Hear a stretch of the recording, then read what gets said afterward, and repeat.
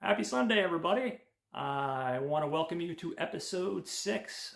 Today I'm going to be talking about the 2020 horror comedy action thriller. It's got all those elements to it, guys. This is a good one, Bloody Hell. This 2020 independent film is an Australian film. And right now, I'm going to get right into it, guys. I'm going to go into the cast first, director, give you the basic lowdown on it, and then break down the script and give you an overview. So our main cast, we have Ben O'Toole. He plays the character of Rex. He's most notably known for Detroit in 2017, Hacksaw Ridge in 2016, and another great one called Necrotronic, not to be confused with the other movie, Necromantic. Completely different film. And this came out in 2018, and this is another fun cult horror movie that definitely worth seeking out. Might go into in another episode on more details with that. Additionally to that, we have our director, Mr. Alistair Grierson, who directed, and most notably, I'm not going to go into his entire resume, but he did Sanctum in 2011, and then in 2018 he did a film called Tiger. We have our writer, Mr. Robert Benjamin. So those are the guys behind the scenes right there. And then as far as some of the other supporting cast members, we have the family that's in this film. We have Aaliyah, who's a 20-something. She's a potential love interest as the story goes on. We'll get into that. That's played by Meg Fraser.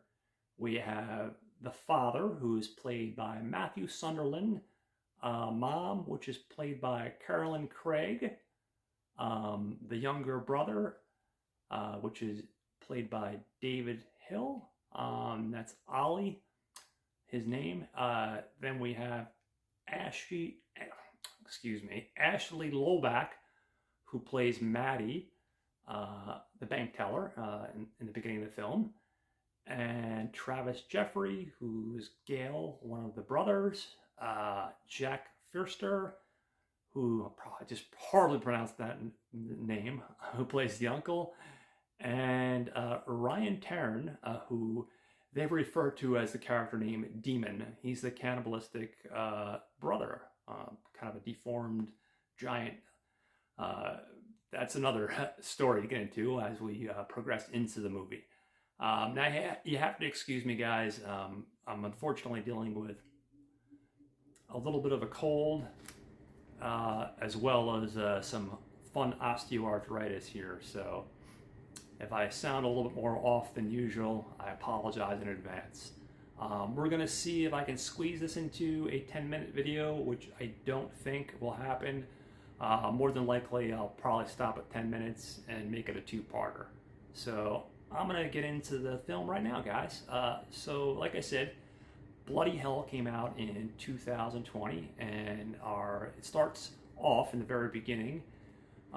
We see in the woods a young girl, a blonde girl, running, being chased by two different guys in masks. She is captured. Her name is Aaliyah. And they basically said, hey, listen, we let you live. Don't run away, or otherwise we're going to have to kill you. That's how we start the movie. She's going to be one of our main characters, and we'll flash forward to her down the road as I go into the story more. And then the next scene, we cut to modern day, and we are introduced to our character Rex. Rex is at a bank. He's waiting in line.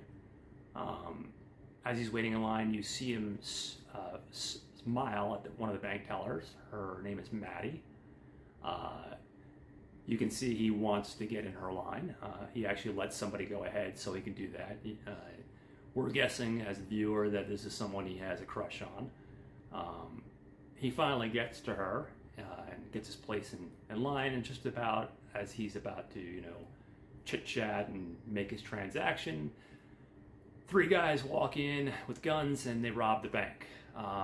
Rex is thrust into this unique situation where, unfortunately, he decides to become the hero. And I say unfortunately, which I'll explain in a second, because things don't go as planned. He manages to get a hold of a gun, and he, manages to take down all the bad guys. You're like, okay, where's this unfortunate part you're talking about? He's the hero, right? The movie should be over. But no, alas, it does not go that way. Instead, what happens is, while he does save the day, he accidentally kills one of the innocent people in the bank, and he is put into jail for 8 years. While he's in jail, the media covers this whole thing, and certain people think he's a hero, certain people think he's a villain. You should just let these people rob the bank and let things be. But the time expires, he does his time, and he finally gets out, and on the day that he's let out, he's just trying to get back to a normal life. He goes to a burger place to eat his burger and fries, and he's being hounded by the media. All the while he's being hounded by the media, you see another version of himself. Like, we all have these inner conversations with ourselves inside our head. Most of us don't think out loud, though. We don't talk out loud these conversations we have with ourselves. He actually sees a version of himself, kind of like, think like Fight Club,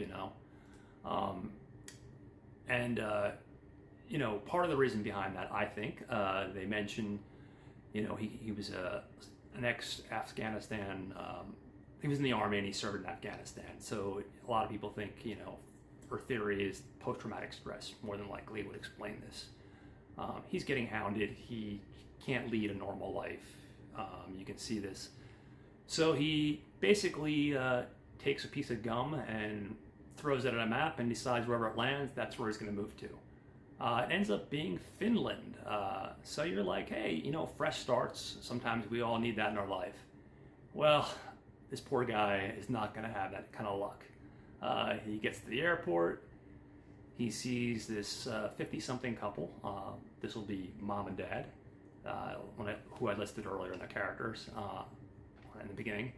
And they're kind of giving him a weird look, kind of staring at him. And, he's a little freaked out by this. He goes to the bathroom and he's having this conversation with himself out loud, and his other self is trying to talk him off the ledge, so to speak. He's like, hey, listen, dude, you're kind of a celebrity of sorts, whether you like it or not. Don't put too much thought into this. So, he kind of calms himself down. He goes on the plane and he arrives in Finland, in Helsinki. And when he gets there, he's excited. Fresh start. He gets inside a cab. You see this tall, creepy looking guy, just an indicator of what may come. But he gets in his cab and there's a partition like there are in many cabs. And all of a sudden, as he's just relaxing in the cab, he notices smoke pouring in, and then we see the cab driver put a mask on.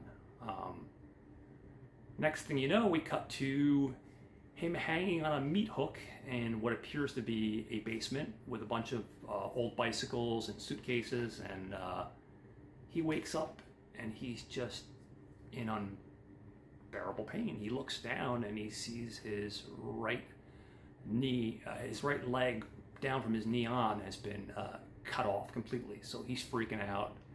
He's having this conversation with himself, like his other self saying, hey, listen, you fought in Afghanistan, you're a warrior, I know this is scary, but we got to focus on just getting you out of here. That's the most important thing right now. So this is already at 9 minutes, guys. I want to be able to upload this to TikTok as well as my YouTube people. So I'm going to cut off here, and then I'm going to record for part 2 of Bloody Hell.